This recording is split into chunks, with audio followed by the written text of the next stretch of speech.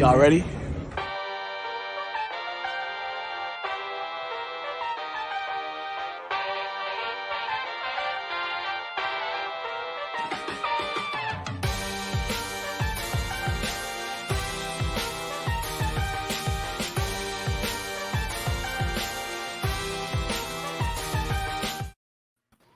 Fish Stripes Live, back at you guys here today with the usual guys, except Noah not with us today, and Ethan Badowski. But we are joined by Isaac Azut, Alex Carver, and John from the All Marlins Instagram page. Talk about a lot today. I mean, Bryson Brigman for sure. We have to talk about that. Devin Marrero somehow back on the major league team. That Mets series, the upcoming series against the Phillies, and some other news surrounding Brian Anderson there with the season-ending injury. Let's start off with that Mets series, which was not fun to watch if you were a Marlins fan, especially that delayed game, which the Marlins won on a 5-1 lead and couldn't manage to hold on to that lead and eventually lost the game 6-5 in the ninth inning with a Javi Baez walk-off, I'm pretty sure. And then they lose the second game as well. Eddie Cabrera did not have the greatest night, gave up 2 homers right at the end there. Let's start off with Alex. What were your thoughts on that Nets series? Not watchable, but I mean, we could talk about Eddie, how it wasn't his best night, wasn't his stuff, and then Sandy didn't have his greatest night either in that third game.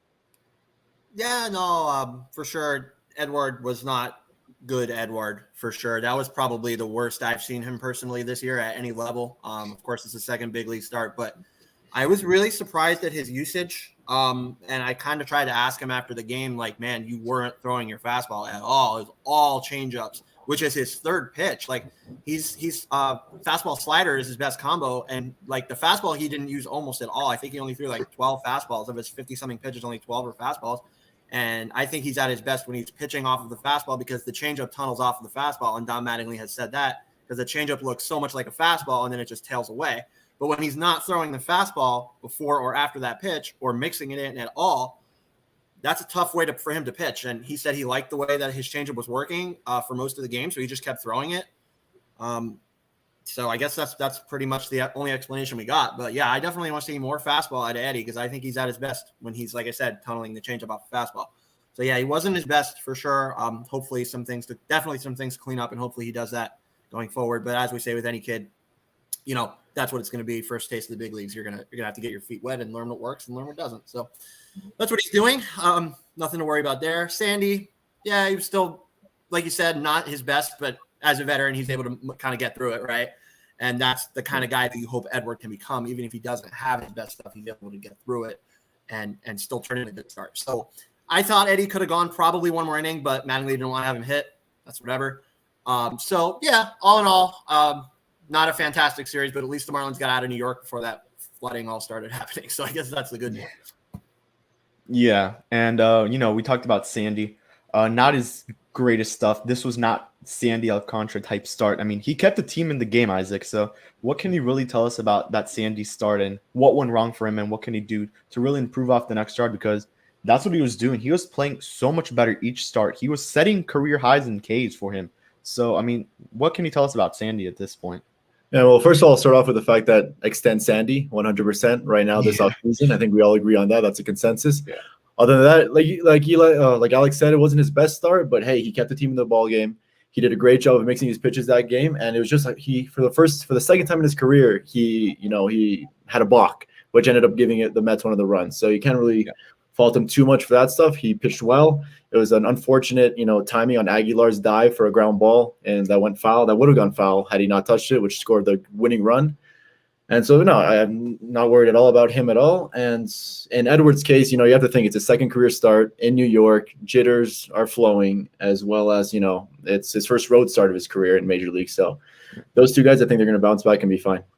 Yep. And then we have John here to talk to us a little bit about how that bullpen really just choked that ninth inning, and they needed 3 players to try to get 3 outs. I mean, what can you tell us about that ninth inning, John, and just that how the Marlins just choked the game that they had in their hands? Everyone was clicking that day. They were getting runs. They were doing it all. Eliezer had a good start, only allowing 1 run.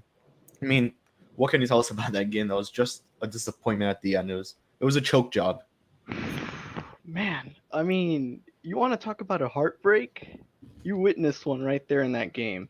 You needed to get 3 outs, and we were just what were we doing? I mean, wow. I was listening to the Mish podcast, and there's a part where they were mentioning about how the game it was like the only game going on at the time. And can you imagine the team walking into a clubhouse, turning on the TV, and seeing our game, our team, blowing the game in front of the whole league? I mean, that's embarrassing. Wow. No words. Yeah, No words. that just shows how much the Marlins truly need a bullpen, and they need to revamp it quick because their revamped bullpen this year, they didn't revamp it. It got worse. I mean, let's be honest. Anthony Bass, I love the guy. I've talked to him many times, but Oh, that yes. man can't pitch in the 9th inning. He can only pitch 8. Dylan, who else was there? Richard Blyer gave up some runs. Also spoken to the guy, seems like a cool dude. He's given up. This bullpen isn't it, guys. They should have traded Richard Blyer a while ago on that trade deadline.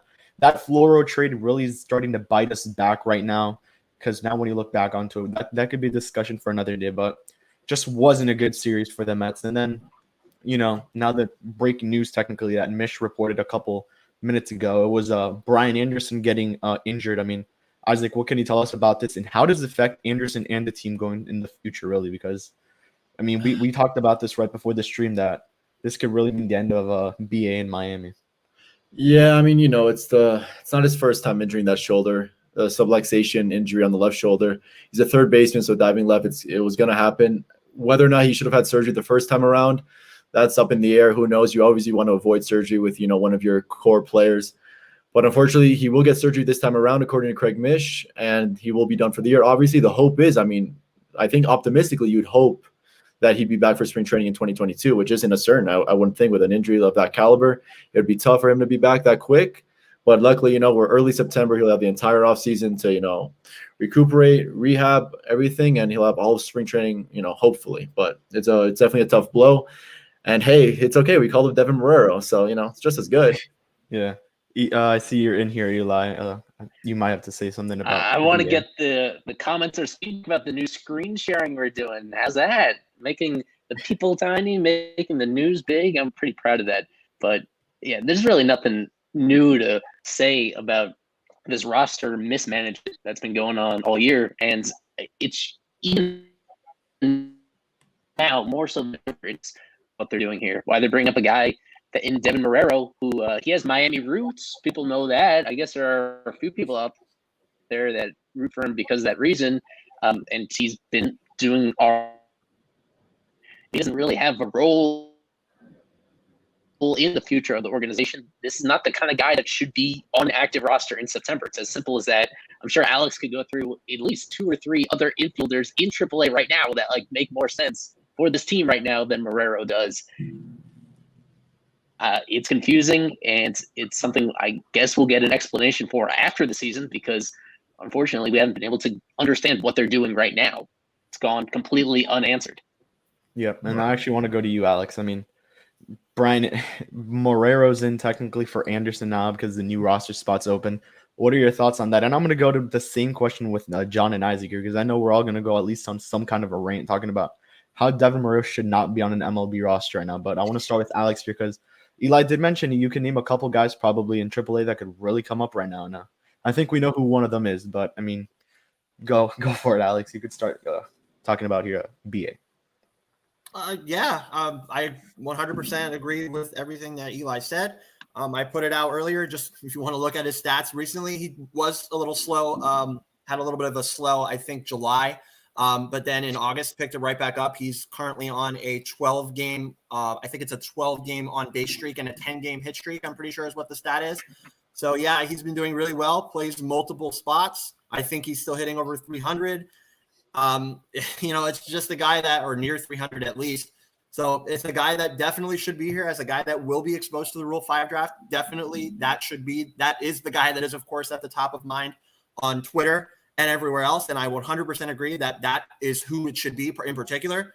But as Eli mentioned, there's other guys that you could go to. If you want to talk about Joe Dunand, that's another Rule 5 guy that can play multiple spots, plays third base, Plays shortstop. He's had a little bit of a slow year, was injured a little bit at the start of the year.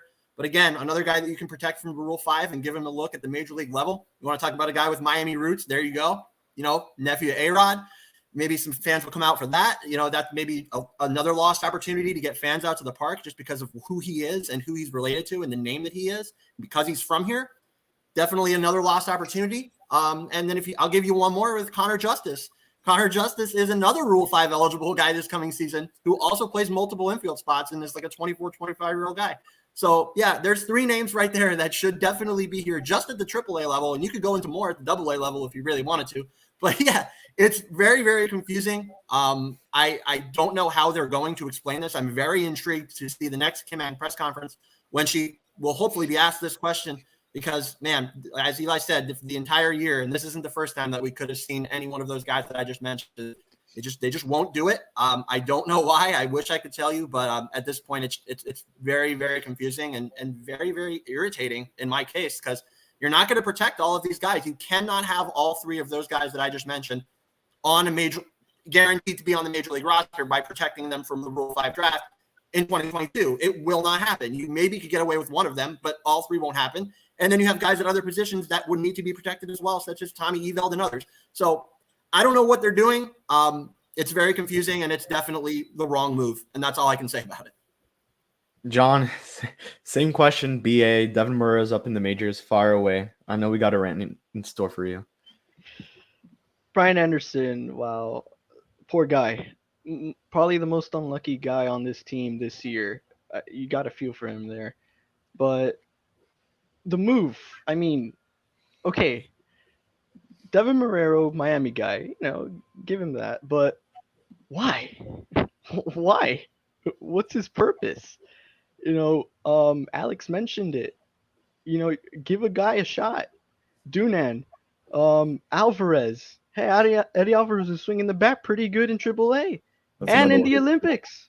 The dude, that little small little detail, Marlins could use it as a marketable way to bring some fans in for the month of September. I don't understand why we're still pulling with these guys who are just dragging the team down. It's just baffling. It's kind of embarrassing too when you really put all the names together. I think Aram posted this on Twitter, and he listed down names of players who are literally dragging the team down. Like Jeff Mathis was on it. Like, come on now. What?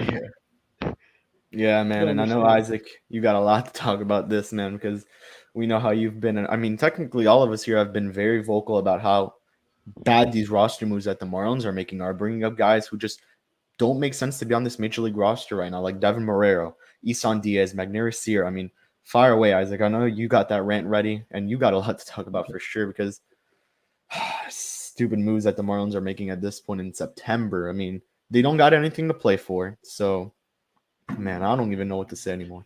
Yeah, I mean, look, with the first BA injury earlier in the year, Joe, he had just gotten hurt as well, Dunand, and Bryson Brigman, he was performing well, but he wasn't, it was just, let's let him play a little bit longer at AA or AAA. It's understandable. But now here we are in September of a 90, maybe 100 loss season.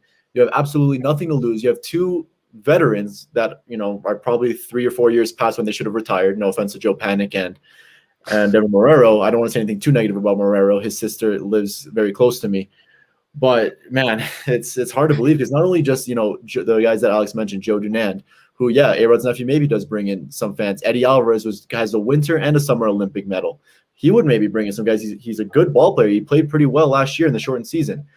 And then you have Lewin Diaz, who's just sitting there in AAA. And you already have Panic. If you needed a third baseman, you can maybe put Panic there and try out that Lewin Diaz in left field experiment, which is what they're trying in AAA now. I know it's only been 2 or 3 games.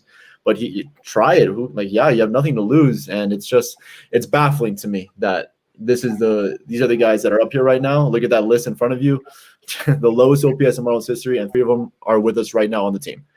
If that doesn't tell you what you need to know, then I don't know what does. Great tweet by Aaron.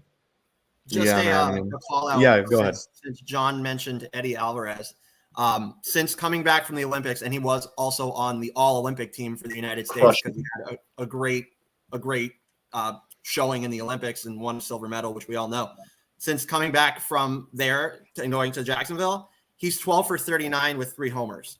So, I mean, that's a guy in his 30s, another guy with Miami roots, a guy that just got back from making history at the Olympics, and maybe a guy that people would show up to see. You know, like, you're struggling to fill this stadium and you're calling up the likes of Devin Marrero. Like, I just don't understand it. You could A, give those guys their shot, B, protect not Alvarez, but many others that I mentioned from the Rule 5 draft just by calling them up and getting them on the roster, and C, just try to get some kind of hype around the team as this season, quote unquote, comes to a painstaking end. So yeah, again, very, very, very frustrating to see, to say in the least.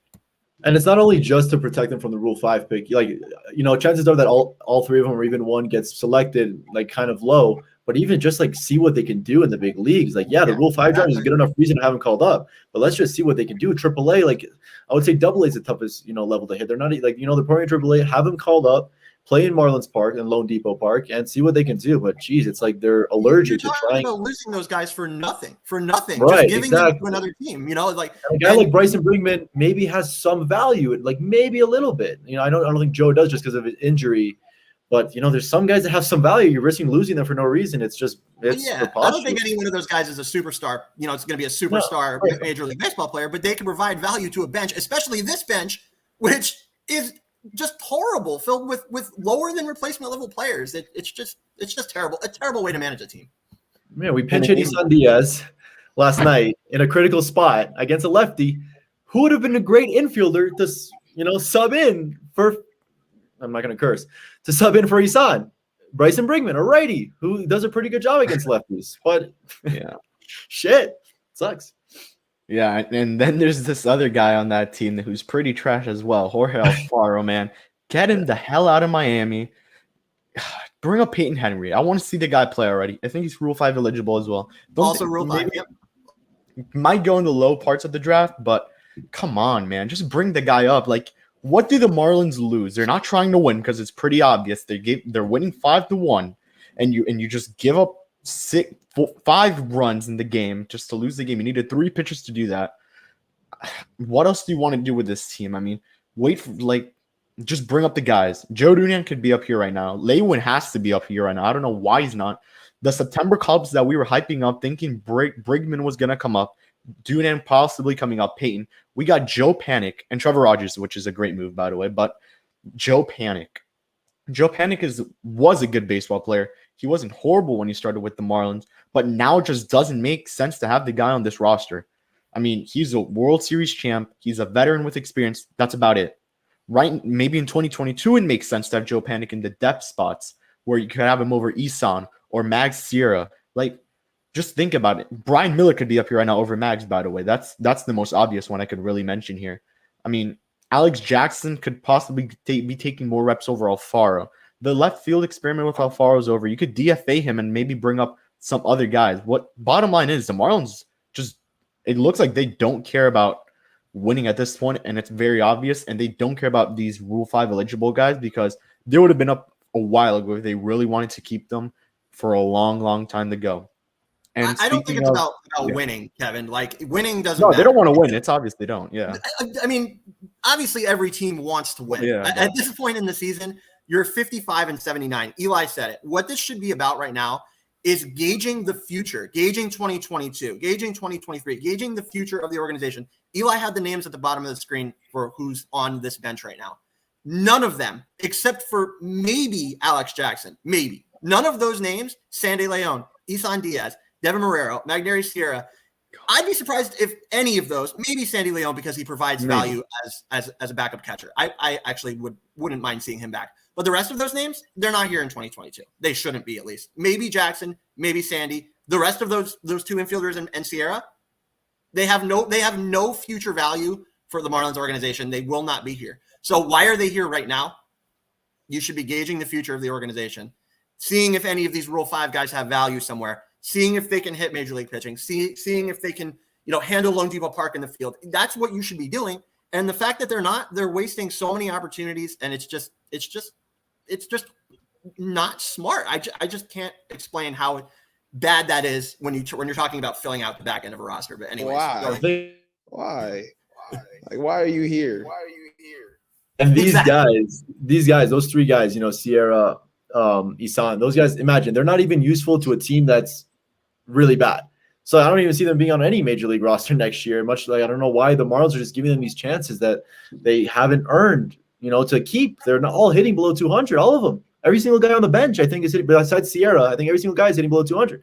So, You're but sitting over I want to 200. mention a little sleeper pick from AAA Jacksonville, Lorenzo Quintana.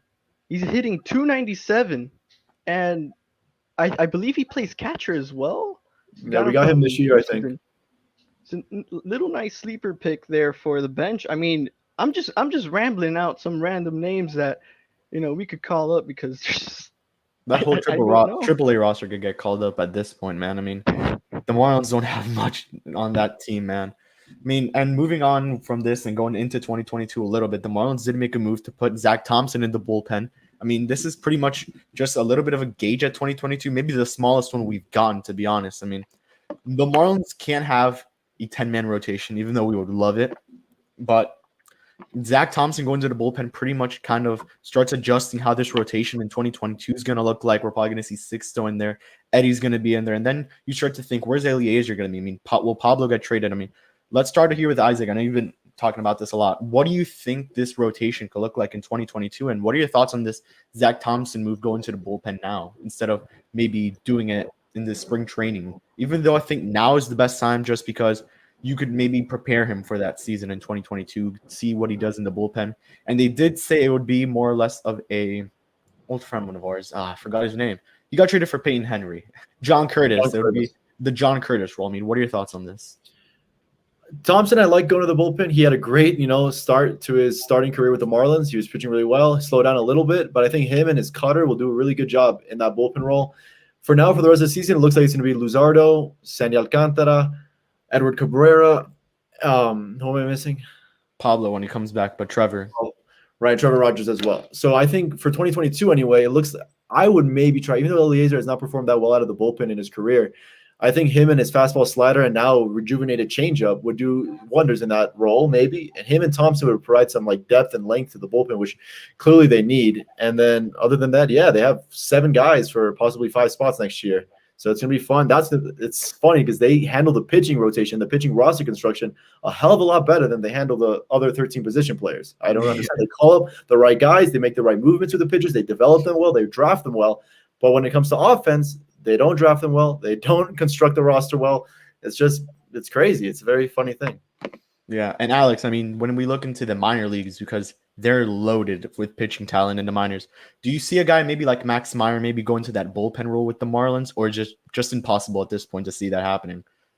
Yeah, no, they're committed to developing him as a starting pitcher. I can tell you that right now. And if there's one organization, as we just stated, who is fantastic at developing pitchers, you wish they were the same with hitting, but they're not. So that is what it is. There's going to be changes on that front too. Just as an aside, there will be changes, sweeping changes on that front in the offseason to address that. I don't know exactly which positions, but I can tell you that there will be changes just from people that I've heard that from that are trusted sources. So anyways, expect changes there. But in terms of the pitching, no, Meyer's going to stay a starter for a good while. I wouldn't say we're going to see him. Well, definitely won't see him this year, but next year's possible. I would say it's probably later in the year if it does happen. Then you got to see how Jake Eder comes back. He's probably going to miss most of next season as well, I would say. So, if he's still here, you see how that works out. And then behind him, you have many, many more pitchers that could contribute as early as next season. But I think for the time being, you're looking at mostly this same rotation. If they don't trade Pablo Lopez, you have to include Sandy, Trevor, and Pablo. Sixto. And then if Sixto's ready, then what do you do there? Edward, I think he will be a starter as well. So there's 4. Eliezer, I agree with Isaac, should go to the bullpen if he is with Miami in 2022. I think he does provide a lot of value as a trade piece. So I would look to his name to be included in a trade.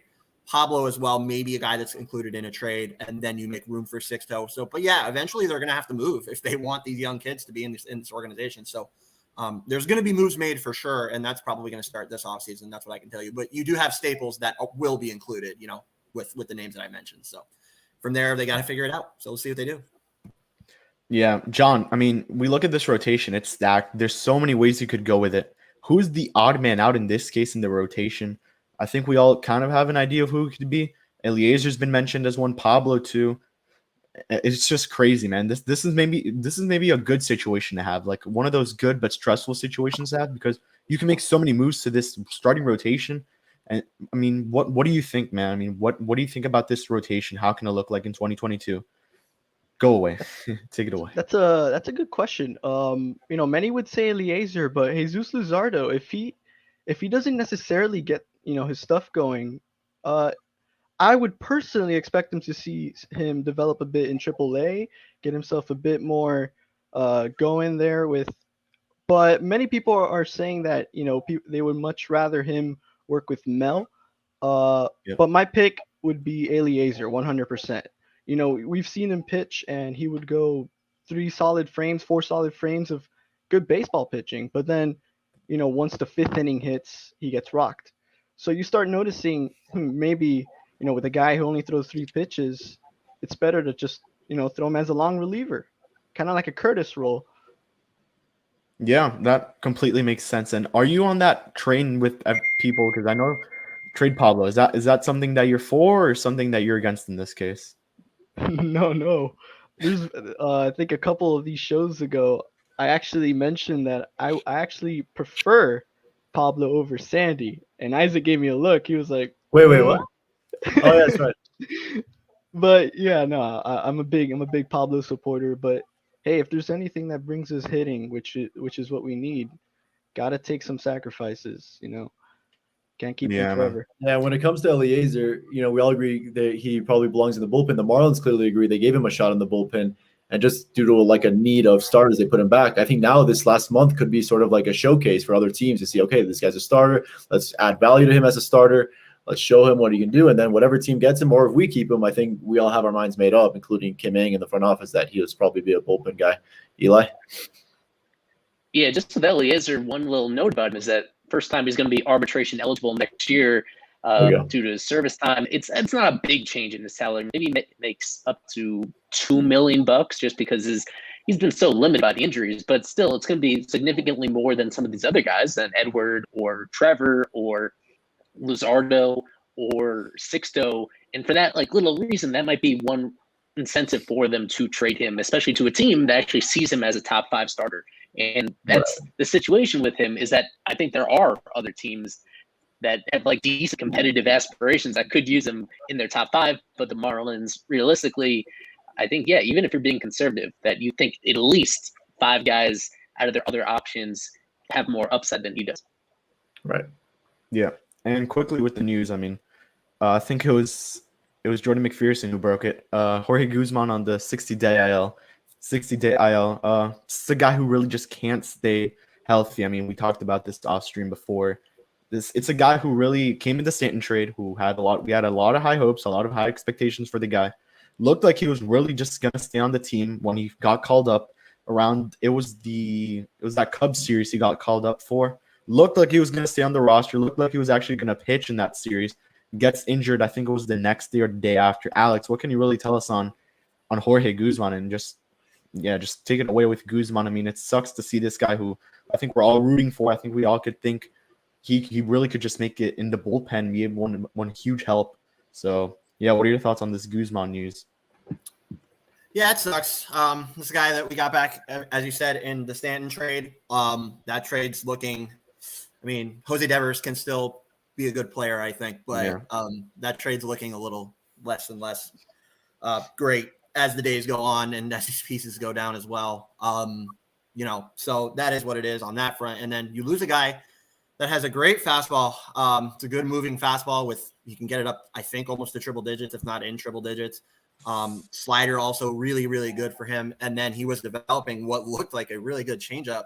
I was so glad that they moved him to the bullpen, but I think they just killed his arm by keeping him as a starter as long as they did. After his second or third injury, I can't even remember which one, I was calling it out. I was like, just move him to the bullpen. He doesn't really have a third pitch yet. Does now a little bit. Still, it's there, but it's not consistent. It's a guy that's had multiple injuries, just having issues staying on the field. move him to the pen. I think they kind of killed his arm with injuries and continuing to try to develop him as a starter. I think that was a mistake. So yeah, it's just the guy, as you said, he just can't stay healthy. He can't stay on the field. It's throwing arm injury after throwing arm injury. And it sucks because you lose what could have been a really, really good, I think, high leverage reliever or even closer. So it sucks for sure. But it is what it is at this point, and it just sucks to lose what could have been a quality player. Yeah, it's tough because in 2018, him and Sandy were kind of on similar trajectories, not exactly the same, but similar repertoire, similar scouting reports. Both at the end of each of their scouting reports said he might end up in the bullpen, has a floor of a high leverage reliever, and they just both went completely opposite directions. And it's easy to say now, oh, we should have done it as a reliever, which I agree, we really should have from the beginning. But it's just a shame. It's crazy how baseball is. Injuries really overtake so many pitchers nowadays. Yeah, John, what are your thoughts on this news? It's pretty heartbreaking, but I wasn't really in the loop with this one. Does a 40-man spot open? Yes. Does it? Okay. Does this mean it's finally a time for Tommy Evil to get a shot? Well, they use Marrero gets Marrero. the spot. Yeah, they gave Marrero. Oh, I thought it wasn't for on the BA. 40 Okay. man. No, what do you, Because John? Marrero's What do the you mean? so, yeah. Marrero has way more upside at his age than Tommy Evil or Grayson Yeah, Braden. sure.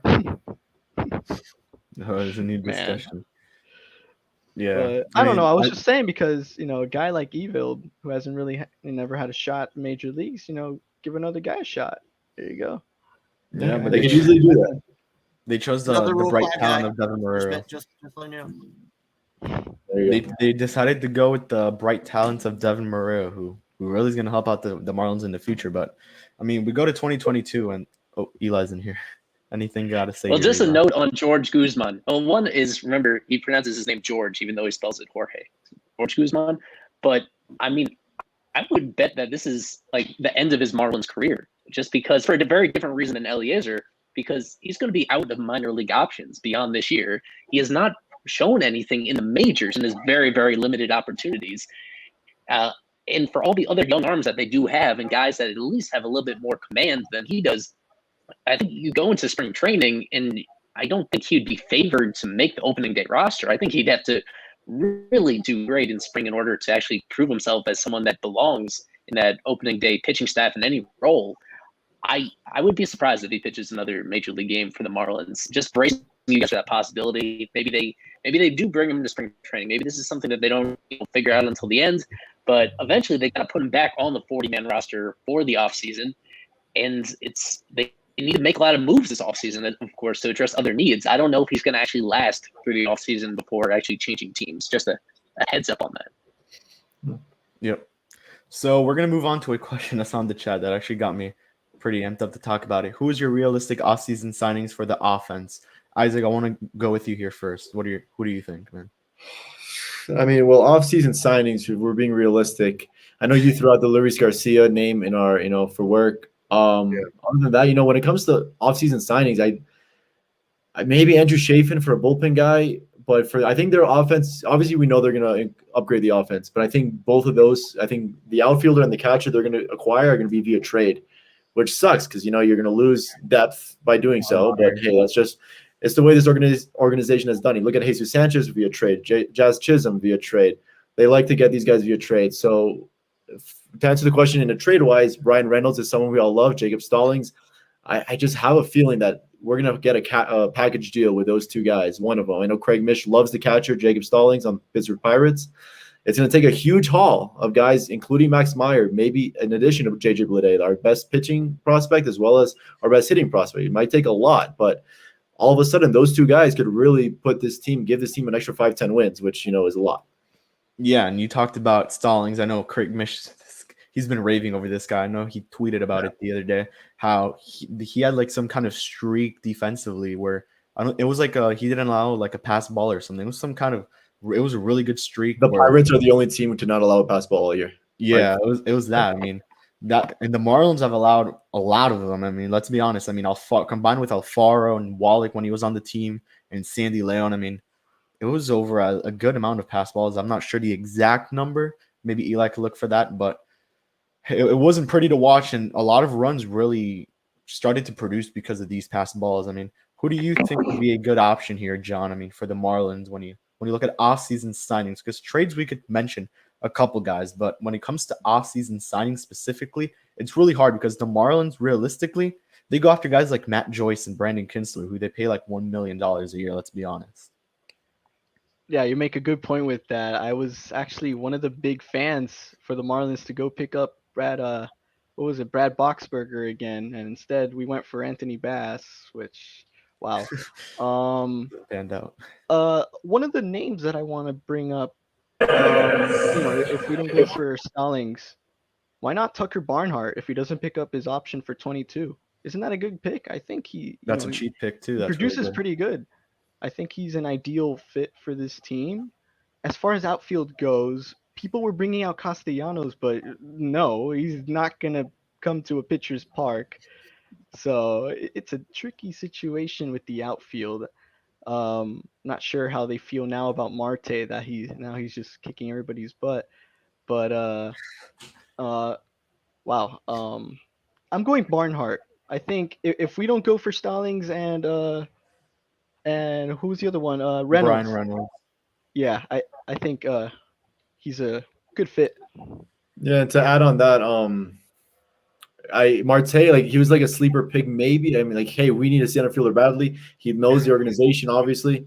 That's maybe someone they like throw maybe $50 million at and say, hey, look, come back. I don't know. Like, he's just done nothing but make himself more expensive this season. In the second half, he's top 5 in both leagues, I believe, in stolen bases. He's just having a hell of a year.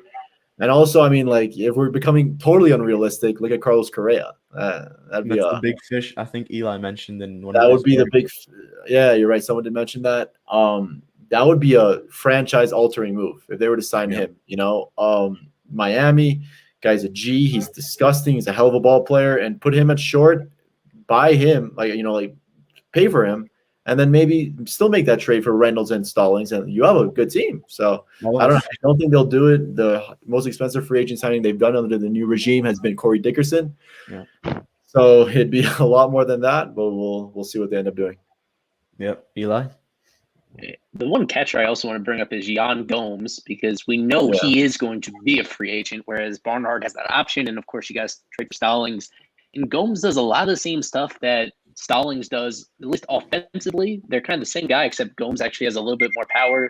He's older as well, which, works both ways. One, you worry about the bottom falling out, but at the same time, he wouldn't really require a long-term deal. At the very most, he's probably a 2-year deal type of guy. 2 years, we'll see exactly how he finishes the season. 2 years, $10 million, something like that, where that's in the Marlins price range. Aside from that, I mean, they laid it out in that Miami Herald article. The free agent catcher options are pretty slim. So that's kind of where you go with your corner outfield discussion. And Castellanos, aside from having concerns about the hitter's park, his price range is also going to be pretty steep based on how he's performing. It's really tough, to figure it out. One other name that people have mentioned is someone like Chris Taylor of the Dodgers, who can play a million different positions, who's consistently a very good offensive player. But his price range, too, is also going to be a lot higher than you might think, just because not a whole lot of competition on the market that does what he does. So as we get closer to the offseason, I'll have like a clearer list of targets. But Chris Taylor, to me, is almost like that's almost the best case scenario, because I think Correa is a total pipe dream, but Chris Taylor might be like just enough and the Dodgers might feel confident they could replace him internally, and maybe there's like the right combination of things going the Marlins way where that one could work. Yeah, Alex, who do you have for off-season, realistic off-season signings? Yeah, I was going to say the same guy that John said with Tucker Barnhart from the Reds. I actually mentioned him a little while ago because they have a young catcher behind him that they're trying to develop that is pretty much ready. So that would have been my one guy. I guess I can give you one more. It's another guy I think that has a club option. So the team would obviously have to not bring him back if the Marlins were to get him and sign him in free agency. That's Mike Zunino. That guy doesn't hit for a ton of average, but puts balls out of the ballpark and catches pretty well. So yeah, that could be another name if the Rays don't bring him back. Beyond that, I mean, you're going to see the normal, minor league contract with an invite to spring training, maybe like Michael Taylor, Miami guy that could bring him back, see what he does. It's going to be stuff like that. But yeah, I think mostly they're going to get their value in trades. But if you want to talk about catchers, there are some that can be had. I think Zunino will be a good one if the Rays don't take that option. And Tucker Barnhart, I think, is a guy that they should keep an eye on as well. They're both in their 30s, but still got some years left, and they're good players and definitely better than what the Marlins have at the catching position right now. So, yeah, that would be my guy that you didn't mention would be Zunino, and then just expect that flurry of, just replacement level guys that they're going to try to give a chance to. Yeah, the Matt Joyce kind of players that we saw in that 2020 season. Yeah, I mean, I mine was Leury Garcia. I mentioned him to you guys today in the morning. It's a guy who's had a good season. I mean, I think he's batting 249. He's a switch hitter. He's a John Birdie 2.0 technically, but we're not certain on Birdie right now. The guy's been with a concussion for a while. At least he's been in that protocol for a while now, and we don't know what his future with the Marlins really looks like. I think we all love John Birdie here, but if we could find a guy who I think is a little better than Birdie, like Leury Garcia, who could play all positions pretty much except the catch and the first base, that actually helps out a lot because that would be some depth that the Marlins really would need in a defensive substitution kind of scenario. I mentioned Andrew Chafin because this is a guy who the Marlins could get for cheap. It just makes all the sense in the world. The bullpen would actually be a lot better with this kind of a player. And it's the cheap options that the Marlins are looking for, those minor league kind of deals. Sandy Leon, another option that would be somehow I'm saying Sandy Leon's name in here, but another good option to bring back. He's helped the young guys. We got to admit, if it wasn't for him, I don't think Trevor Rogers would be, Rookie of the Month twice and All-Star, because who was catching for him most of the time? It was Sandy Leon. It was not Jorge Alfaro. So we got to, we got to be realistic there on that Sandy Leon spot. But when I really look at it, I think they're going to make most of their moves by either bringing up guys like, high talented prospects, or they're going to make deals like we were once talking about with Brian Reynolds and Jacob Stallings. And I did hear Tucker Barnhart. That would be a very good option. But I think Cincinnati right now, and the point where they're trying to compete right now, I think they're going to keep him, honestly. So by the way, if the Marlins did get Mike Zunino, I think our friend Ethan Badowski would definitely approve because he went to the University of Florida. Anyways, go ahead. That is true. He did go to the University of Florida. Yeah, Phillies and Marlins. It's another divisional series. We're going to be getting a lot of these divisional series now in the final month. So, I mean, what can we expect, John? I mean, Phillies versus Marlins, it's going to be a big one. We're coming down to, I think, a little bit over 15 minutes before first pitch. Preview us this series that hopefully turns out good for the Marlins. Yeah, coming after a devastating Mets series, the Marlins need to kind of turn things around, especially, I don't know how, but, that's the hope. But something to look out for this series is how Luzardo works with Alfaro behind the plate in this particular game. He did a phenomenal job. I think he racked up 8 Ks with Leon. I'm definitely going to be watching out for that. Other than that, it's just dirty baseball from here on out. Yeah, I mean, I'm going to quickly read off the lineup to you guys before we get going here. The lineup for the Phillies looks like Freddie Galvis, Gene Segura, Bryce Harper, JT Realmuto, Andrew McCutchen, the center field. I have no idea who this guy is. First time I actually see his name. Vierling, Didi Gregorius, Marchand, and then we have Gibson for the Phillies as the pitcher. Then we have our lineup, the Marlins lineup: Josh Chisholm, Miguel Rojas, Jesus Aguilar, Jesus Sanchez, Lewis Brinson, Jorge Alfaro, Joe Panic, Brian De La Cruz, and Jesus Luzardo. And here we have Daniel, who is on site at the game right now. I mean, what do you preview us this series, Marlins versus Phillies? What are you expecting to see from Luzardo and all these other guys tonight? Go for it. Well, the first thing that I expect from the Marlins is I think I'm going to go buy a broom or, maybe a new sweeper or something, because I don't think it's going to be good for the Marlins. Like, I saw the Phillies warm up. They look good. Andrew McCutchen looks good. I didn't see Bryce Harper out there, so I don't know if he just wants to be out there. Maybe he's focusing on the game. But the Phillies look good. Saw JT down there. He looks good. He always comes back. He always wants to play good when he's always against the Marlins, especially now when they're in the wild card race. I think he's going to notch it up. He's going to bring it up. And then for Luzardo, I just hope for the best. I'm not expecting him to go out there and do like 8 innings, 7 innings, shutouts. But I just hope for the best with him and having a far as your catcher, especially for Luzardo. I just hope things really go well because if not, then it's going to be a lot of there's a lot of discourse on Twitter about that, especially with the news today about Marrero. It's been crazy. And then Brian Anderson and Jorge Guzman on the IL. It hasn't been a good day for the Marlins. Yeah, man. And I do want to get your thoughts on the Devin Marrero move. I know we got everyone's, and they all went on some kind of a rant. So, what are your thoughts on this Jorge Guzman move, which was horrible, in my opinion, bringing him up? I mean, it's the Marlins. What else are you going to expect? They're not going to come in and bring everyone who the people want. The last like person they want to hear from are from us, who watch us regularly. They could probably care less about our opinion than they do of anyone else's. And they're going to bring in who they think can win games. And can Devin Marrero win more games than Bryson Brigham on the Marlins? I don't think so.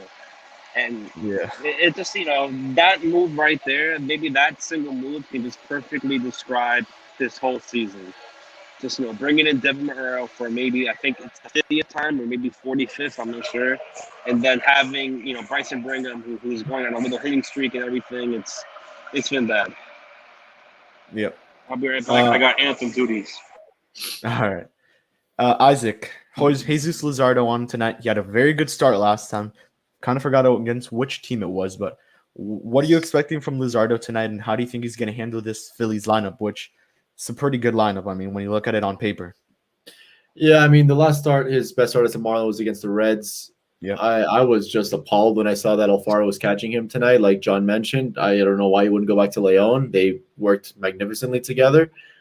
But hey, nothing this season has made sense. But Luzardo, I'd love to see him bounce back and he build off that last start of his where he was fantastic.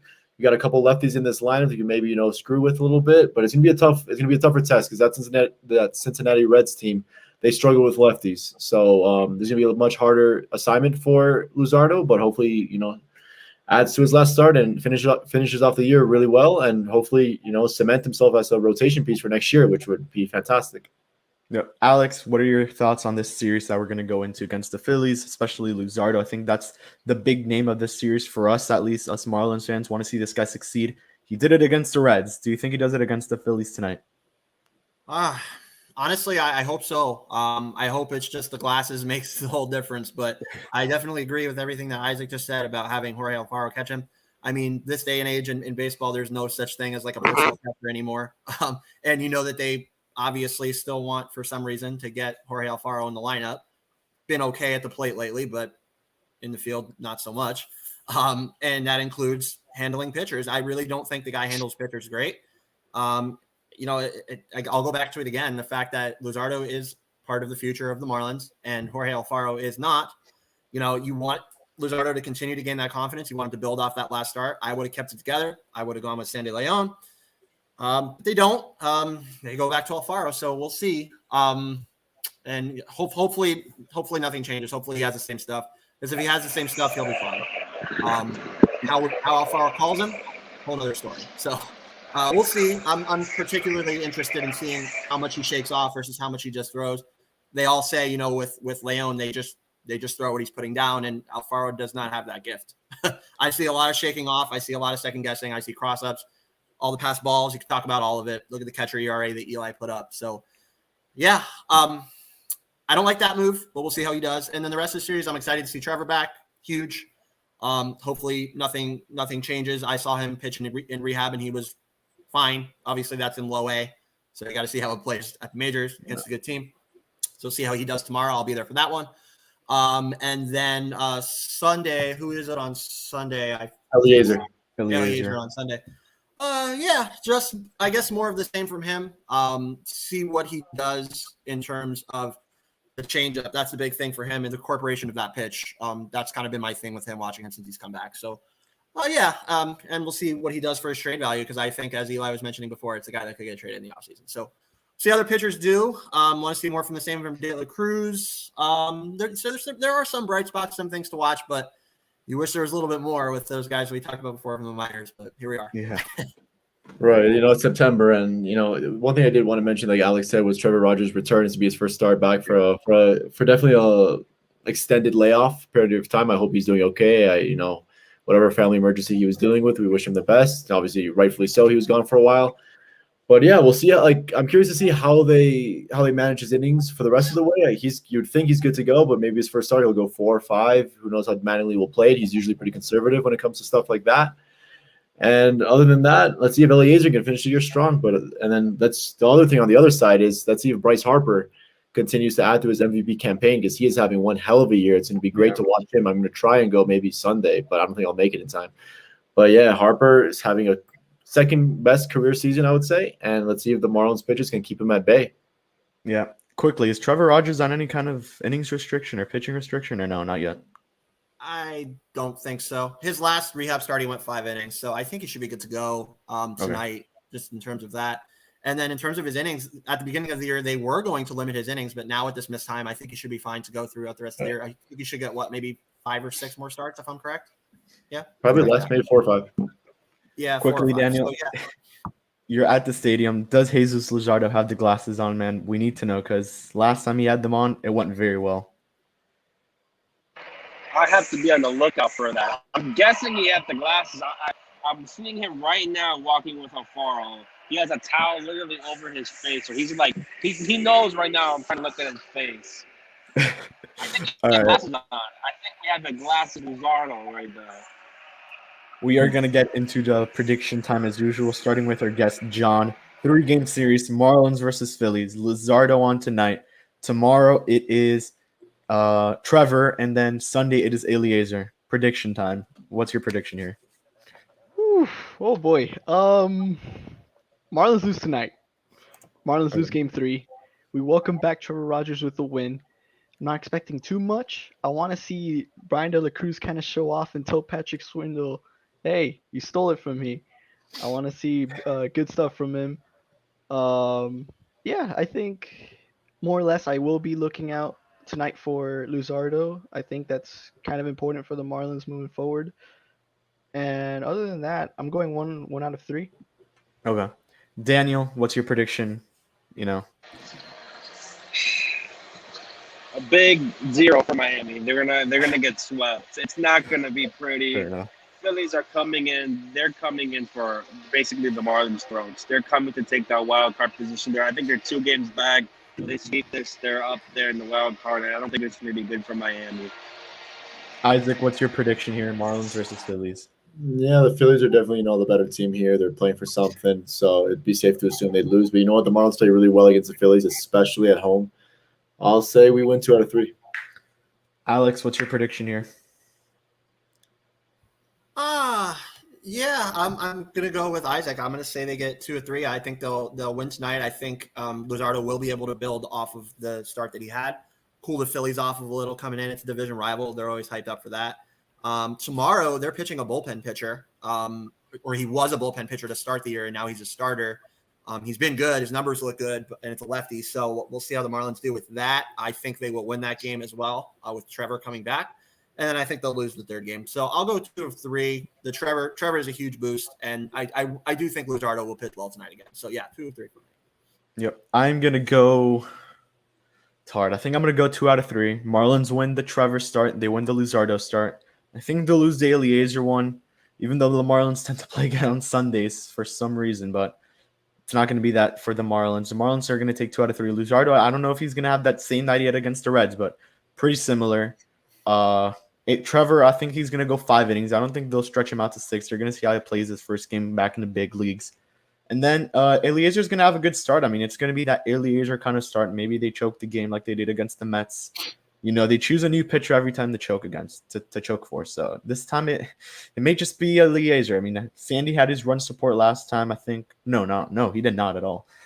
It was the start before, the one where he had the 12 Ks. So, yeah, we're going to end it here, folks. Thank you guys for watching. From Isaac, Alex, John, Daniel. My name is Kevin. Peace out, guys. See you guys all in the next one. Go Fish.